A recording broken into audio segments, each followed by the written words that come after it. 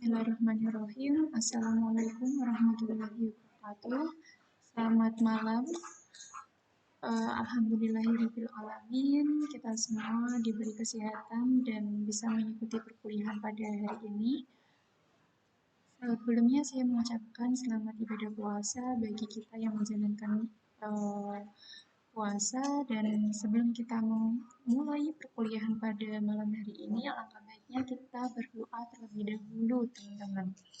Berdoa menurut kepercayaan dan keyakinan masing-masing. Dimulai.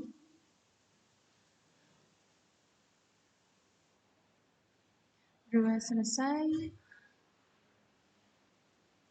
Pertemuan kedua ini kita akan membahas tentang Human Research Planning, Recruitment, and Selection.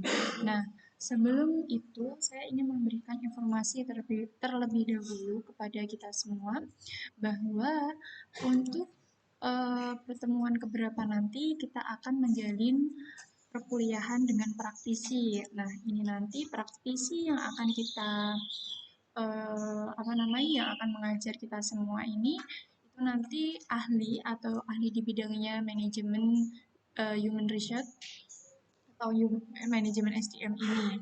Nah, untuk teman-teman saya harap untuk nanti apabila ada praktisi yang mengajar, maka diharapkan kita semua bisa mengikuti secara online by Zoom. Jadi kalau saat ini di bulan puasa ini kita mengikuti perkuliahan menggunakan streaming, alangkah baiknya nanti kalau ada praktisi kita diwajibkan bagi mahasiswa yang mengikuti kelas saya untuk mengikuti Zoom online dengan praktisi. Gitu. Nah, itu kapan? Itu insya Allah akan dilaksanakan setelah Lebaran. Jadi untuk bulan puasa ini sementara kita akan mengikuti perkuliahan secara streaming yang akan dipandu oleh saya sendiri, dan untuk mulai after Lebaran nanti praktisi yang akan mengajar dengan didampingi saya juga. Nah, diharapkan teman-teman nanti menyiapkan diri untuk mengikuti Zoom online dengan praktisi. Oke. Apabila nantinya kalian tidak mengikuti Zoom online dengan praktisi, maka imbasnya apa? Imbasnya nanti pada penilaian dalam kontrak perkuliahan ini. Gitu ya teman-teman. Saya harap semuanya sama-sama kerjasamanya memperoleh atau menggali ilmu dari praktisinya nanti.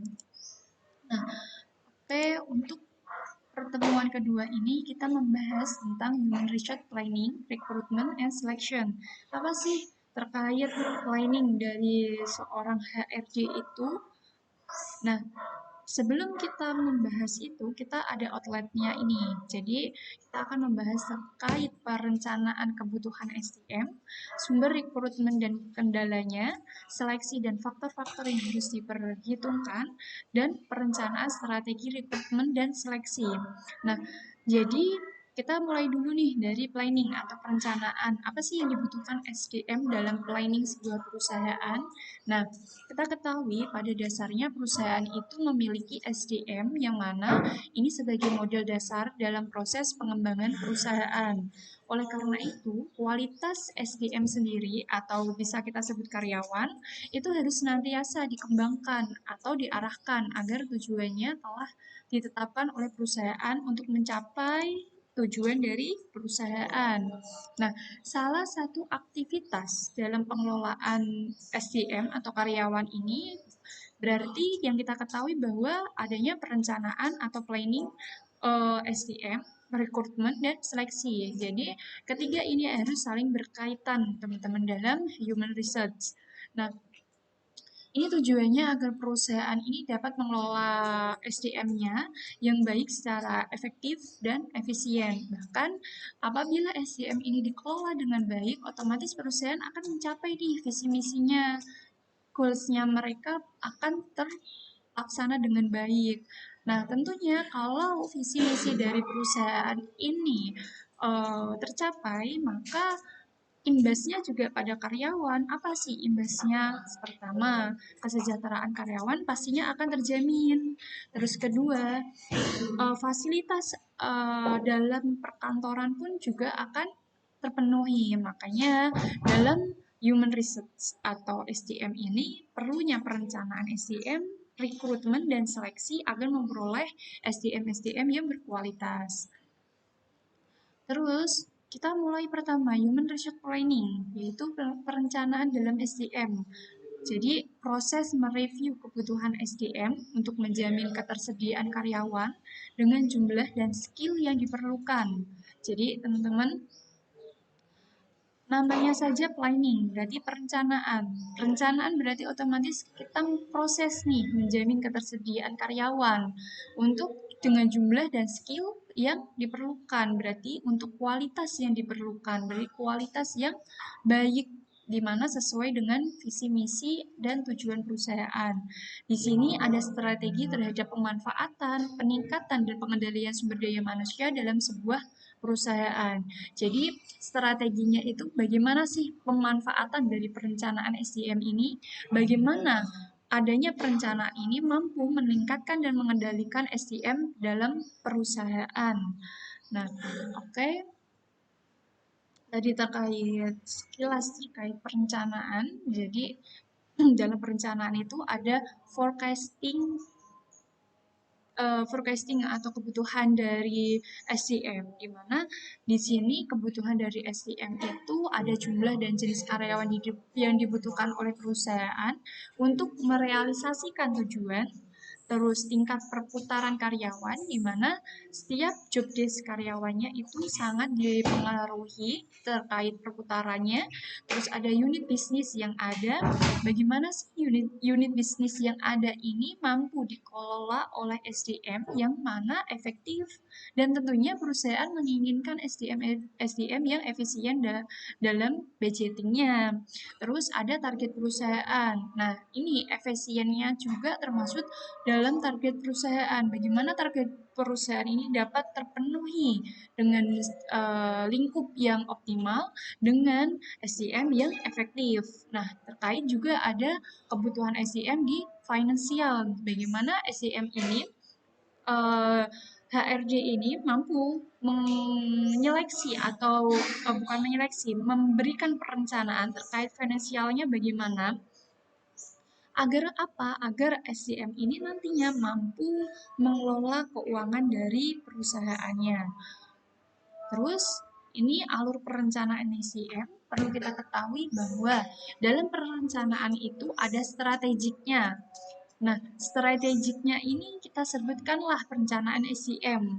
Ternyata dalam perencanaan SDM itu ada peramalan kebutuhan SDM, di mana ini nanti perbandingan di mana adanya peramalan ini kita ada perbandingan antara kebutuhan dan persediaannya, dan mana ada juga peramalan kesediaan yang mana nantinya diperbandingkan antara kebutuhan dan persediaan. Jadi ketahui dulu bahwa perencanaan SDM itu ada kebutuhan SDM dan ketersediaan SDM, di mana kebutuhan dan kesediaan SDM ini kita perbandingkan. Dengan perbandingan ini maka ada nih 3 komponen, yang mana kebutuhan berarti sama dengan persediaan, adanya kelebihan pegawai dan kekurangan pegawai.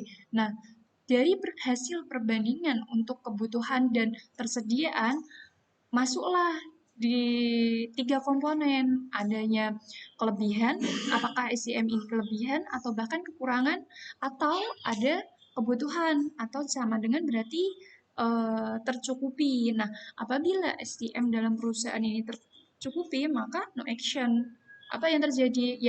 Ya berarti ya perusahaan itu telah menetapkan SDM itu dengan jumlah dan kualitas yang baik, makanya tidak ada permasalahan yang timbul. Nah, ini kita lihat, apabila perusahaan ini dalam perencanaan SDM-nya mengalami kekurangan, maka yang terjadi mohon maaf, kelebihan dulu ya. Apabila perusahaan ini mengalami kelebihan SCM atau karyawan, maka yang terjadi akan pembatasan penerimaan, pengurangan jam kerja, pensiun dini, dan pemberhentian. Efeknya apa yang timbul, yang dirugikan siapa? Tentunya yang dirugikan adalah karyawan dalam perusahaan tersebut.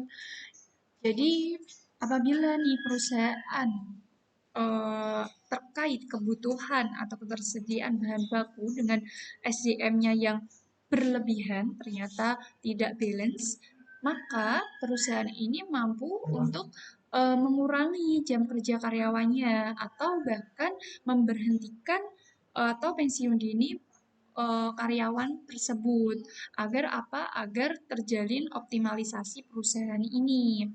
Nah, dampaknya yang ketiga, apabila kekurangan karyawan atau kekurangan SDM ini, maka ada nih kesempatan untuk calon-calon karyawan.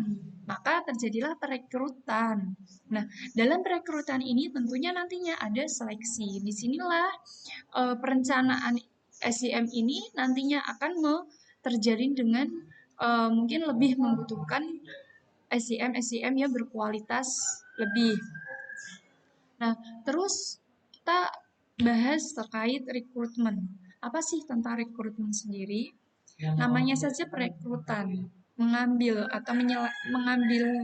orang, maka berarti proses menentukan atau menarik pelamar yang mampu untuk bekerja sesuai dengan kebutuhan perusahaan.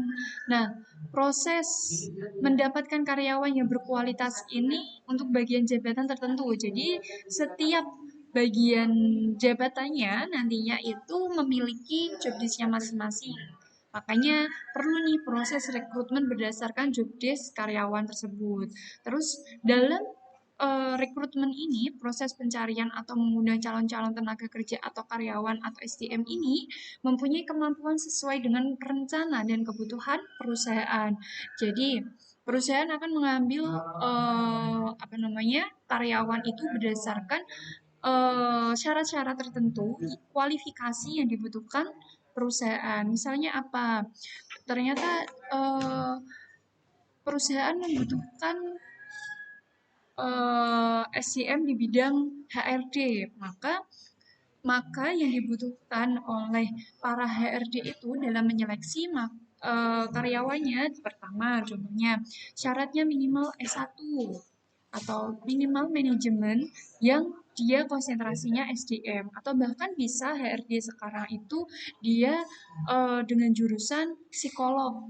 Nah, itulah kenapa di sini manajemen yang berkonsentrasi SDM itu nanti saingannya dengan orang-orang yang profesi lulusan dari psikologi, karena ini dua jurusan yang mana sama-sama mengelola tentang human research. Nah, terus teman-teman semuanya, kita ketahui pentingnya dalam merekrut seseorang itu, di mana proses rekrutmen sangat penting karena kualitas SDM dalam perusahaan bergantung pada kualitas proses rekrutmen. Makanya orang-orang HRD ini harus mampu merekrut karyawannya yang sesuai job desk ini sesuai dengan kualifikasi atau kualitas SDM tersebut untuk menetapkan job desk tersebut. Oleh karena itu, dalam keputusan-keputusan yang diambil mengenai perekrutan ini sangat menentukan tidak hanya jenis dan jumlah pelamar, tetapi juga seberapa sulit atau seberapa berhasilnya seorang karyawan itu dalam berhasilnya usaha-usahanya dalam proses rekrutmen itu atau penyeleksian itu, di mana otomatis berdasarkan job desk-nya dan kualifikasinya tersebut. Nah, pada dasarnya prinsip-prinsip rekrutmen ini mengutamakan mutu, yaitu perekrutan harus sesuai dengan kebutuhan. Jadi yang saya sampaikan, kualifikasi dari pelamar dengan job desk-nya itu harus sesuai. Perlu dibuat analisis atas jabatan yang ditawarkan. Jadi dalam rekrutmen seorang karyawan perlu nih analisis atas jabatan yang ditawarkan. Jabatannya, jadi kita sebagai orang manajemen ini kita harus tahu konsentrasi kita apa, kita akan melamar apa. Nah, jadi perusahaan yang bonafit itu dia akan menganalisis kualifikasinya dengan jabatan yang ditawarkan. Apabila ini nggak sinkron atau nggak balance, maka otomatis akan di-cut oleh para rekrutmen. Terus yang harus diperhatikan kedua itu jumlah karyawan versus job desk yang tersedia. Nah, tadi yang saya sampaikan. Jadi perusahaan itu merekrut karyawan, misalnya job desk yang tersedia itu 2 orang. Ternyata yang melamar dalam perekrutan itu ada 10 orang. Maka nantinya ada penyeleksian seperti itu. Terus yang ketiga, efisiensi biaya rekrutmen. Jadi dalam orang HRD itu dalam proses rekrutmen dia harus memberikan seefisiensi mungkin biaya rekrutmen terhadap perusahaannya, yang mana dia eh, tidak tidak berpatokan dengan orang yang pastinya tidak melebar dalam memberikan rekrutmen, tetapi lebih efisien mungkin dengan mana syarat kualifikasi yang telah tersedia atau syarat-syarat yang telah ditentukan oleh HRD-nya. Nah, terus yang berikutnya bersifat strategis. Jadi ada strategi tertentu agar rekrutmen ini berjalan dengan berhasil. Nah, terus ada flexibility, ada memperhatikan aspek hukum. Jadi bukan semena-mena perusahaan mencari karyawan, maksudnya biarpun perusahaan mencari karyawan, bukan semena-menanya dia memberikan peluang beberapa orang dengan job yang tersedia hanya sedikit minimum. Maka disinilah seorang SDM atau yang memberikan rekrutmen oleh karyawannya dia harus memperhatikan aspek-aspek hukum yang mana sama-sama tidak ada yang dirugikan. Jadi kedua pihak belah itu harus sama-sama eh, diuntungkan dan tidak merugikan yang satu apabila tidak diterima. Terus sebelum saya lanjut, alangkah baiknya apabila nanti ada pertanyaan dari teman-teman, kalian boleh menyampaikan pertanyaan itu di grup WA, sementara di grup WA boleh, atau bahkan boleh di kolom kolom siakat, kolom komentar di siakat setelah pertemuan ini, atau bahkan boleh dalam live streaming kita. Jadi kalian boleh komen nih di YouTube pertanyaan-pertanyaan apa yang kalian ajukan. Nah, gitu. Nanti kita sama-sama nih dari pertanyaan kalian kita analisis satu-satu gitu ya. Jadi yang saya sampaikan di pertemuan pertama, semua mahasiswa saya harapkan aktif karena keaktifan kalian bisa saya lihat melalui komentar-komentar kalian. Jadi apabila kalian tidak aktif, maka konsekuensinya apa? Konsekuensinya ya saya tidak menerima komplain di belakang nanti apabila terjadi nilai kalian buruk atau bagaimana. Jadi karena kita udah terikat kontrak, jadi sama-sama harus saling menguntungkan. Terus yang berikutnya kita lanjut. Adanya sumber-sumber rekrutmen. Ada rekrutmen internal dapat dilakukan melalui job posting program, di mana penawaran terbuka kepada seluruh karyawan yang berminat. Jadi perusahaan itu biasanya sebelum mengeluarkan rekrutmen kepada yang luar, itu kadang ada penawaran terbuka untuk karyawan-karyawan yang sudah ada di internal atau dalam perusahaan dengan posisi mungkin yang lebih tinggi akan ditawarkan kepada karyawan-karyawan stafnya untuk siapa yang berminat atau siapa yang memenuhi kualifikasi tersebut boleh untuk mendaftar untuk posisi tersebut. Nah, terus ada karyawan menyampaikan permohonan mengikuti seleksi intern. Jadi adanya penawaran itu ataupun maksud di sini adanya job yang kosong, biasanya karyawan nih boleh menyampaikan permohonan untuk mengikuti seleksi terhadap job yang kosong tersebut atau jabatan yang kosong tersebut. Nah, terus yang kedua ada departing employer. Apa tuh departing employer? Departing employer itu karyawan dapat dibantu dipindah ke unit kerja lain. Jadi ibaratnya dimutasi ya teman-teman. Terus apabila dianggap tepat, karyawan tersebut dapat diangkat untuk mengisi jabatan yang kosong secara definitif. Jadi ada juga dari pimpinan perusahaan, dia yang lebih terbuka, dia akan mengangkat karyawan yang dimana kinerjanya lebih baik, maka ada posisi kosong di atasnya. Boleh itulah dimasukkan atau dimana di sini dianggap karyawan itu tepat untuk melaksanakan job desk tersebut.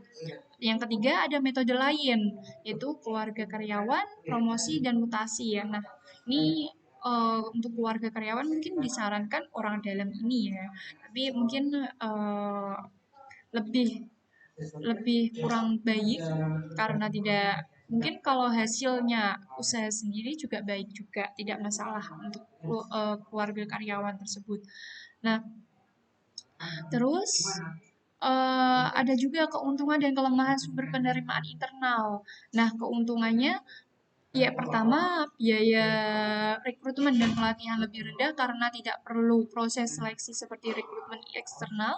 Yang kedua, organisasi mengetahui pekerja yang memiliki kemampuan untuk jabatan yang kosong. Ketiga, meningkatkan motivasi karyawan.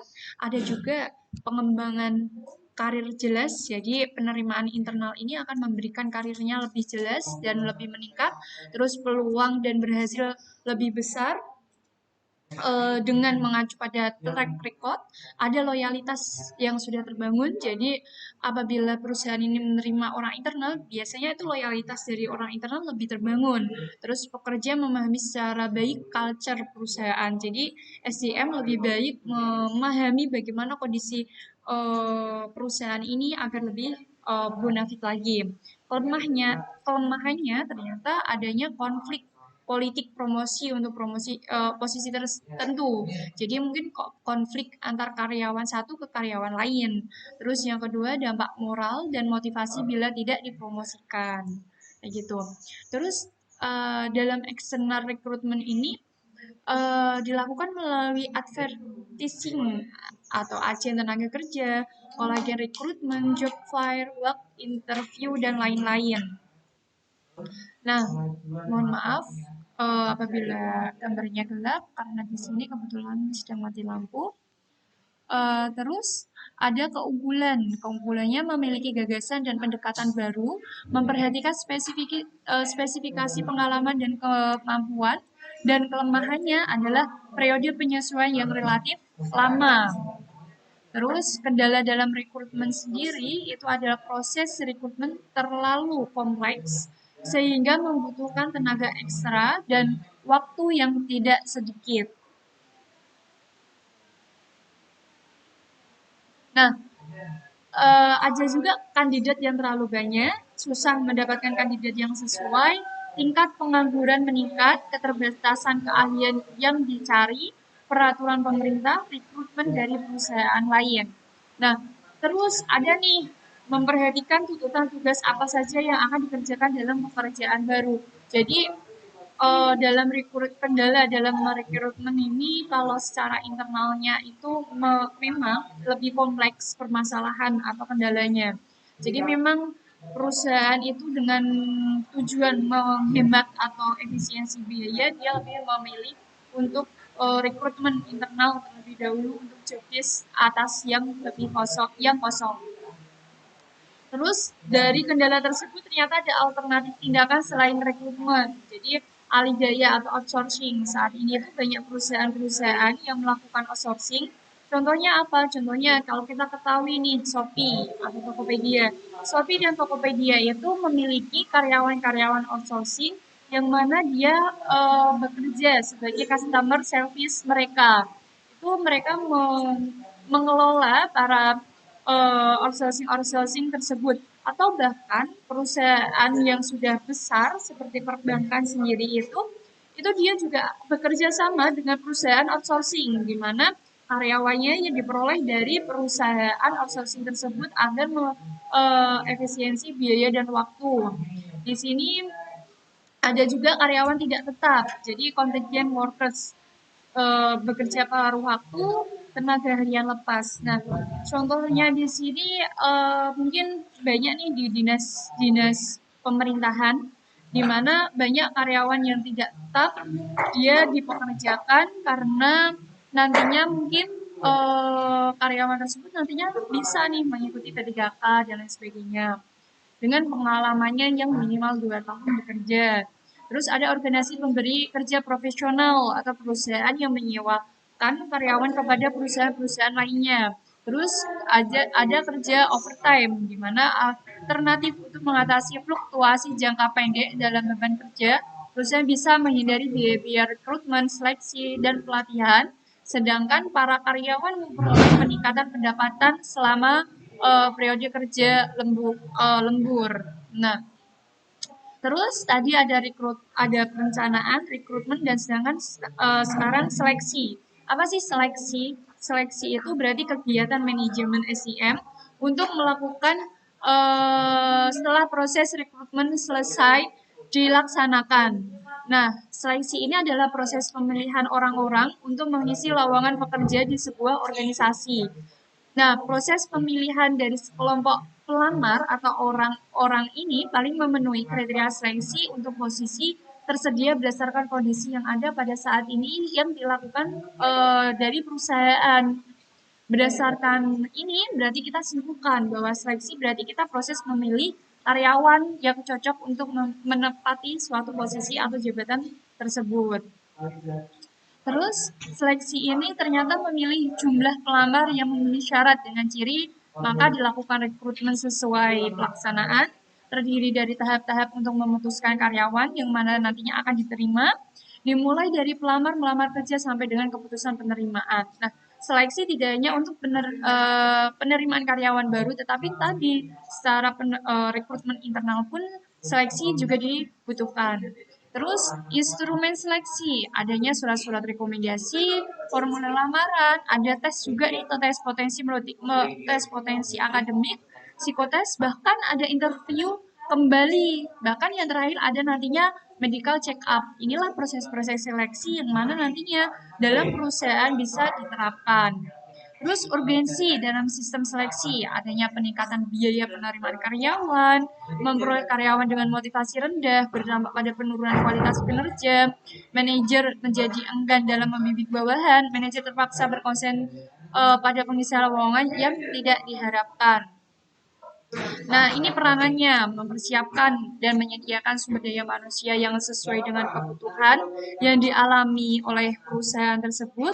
Terus ada gerbang masuk karyawan untuk bekerja secara optimal.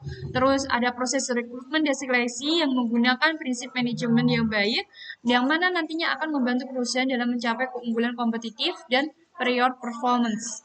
Nah, terus kita perlu nih kesimpulan dari materi ini. Rekrutmen dan seleksi berarti adalah suatu tahapan yang dilaksanakan perusahaan untuk mendapatkan SCM yang berkualitas. Nah, rekrutmen ini dilakukan untuk mendapatkan kandidat pelamar yang mana seleksi yakni proses menentukan kandidat yang mana untuk mengisi jabatan. Rekrutmen dan seleksi ini berarti perannya sangat strategis dalam menciptakan nilai stakeholder dalam perusahaan, meningkatkan keunggulan bersaing, dan sebagai superior performance dalam perusahaan tersebut. Nah, oke teman-teman, pertemuan ini saya juga akan mengadakan kuis ya, yang mana ini nanti akan saya masukkan dalam dalam siakat masing-masing.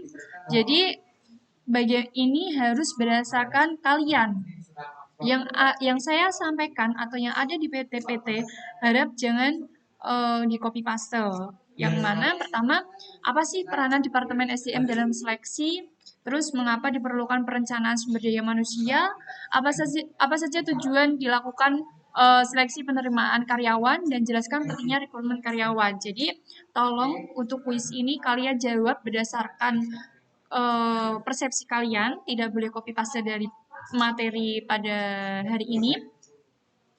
Dan apabila copy paste melalui internet itu juga terdeteksi, bisa dibaca bahwa itu terdeteksi dengan bahasa-bahasanya. Dan mungkin itu saja. Saya mohon maaf karena ini saya terkendala dengan jaringan dan listriknya kebetulan mati. Dan mohon maaf, mungkin kalian bisa nih lihat materinya tanpa lihat wajah saya ya. Mungkin begitu, apabila nanti ada yang tanyakan atau yang merasa, oh ini gimana, bingung, atau kalian mempunyai pendapat lain dari apa yang saya sampaikan, boleh nanti disampaikan di kolom komentar. Saya mohon maaf apabila suaranya juga terlalu berisik dan sebagainya. Terima kasih. Wabillahi taufiq wal hidayah. Wassalamualaikum warahmatullahi wabarakatuh. Selamat malam.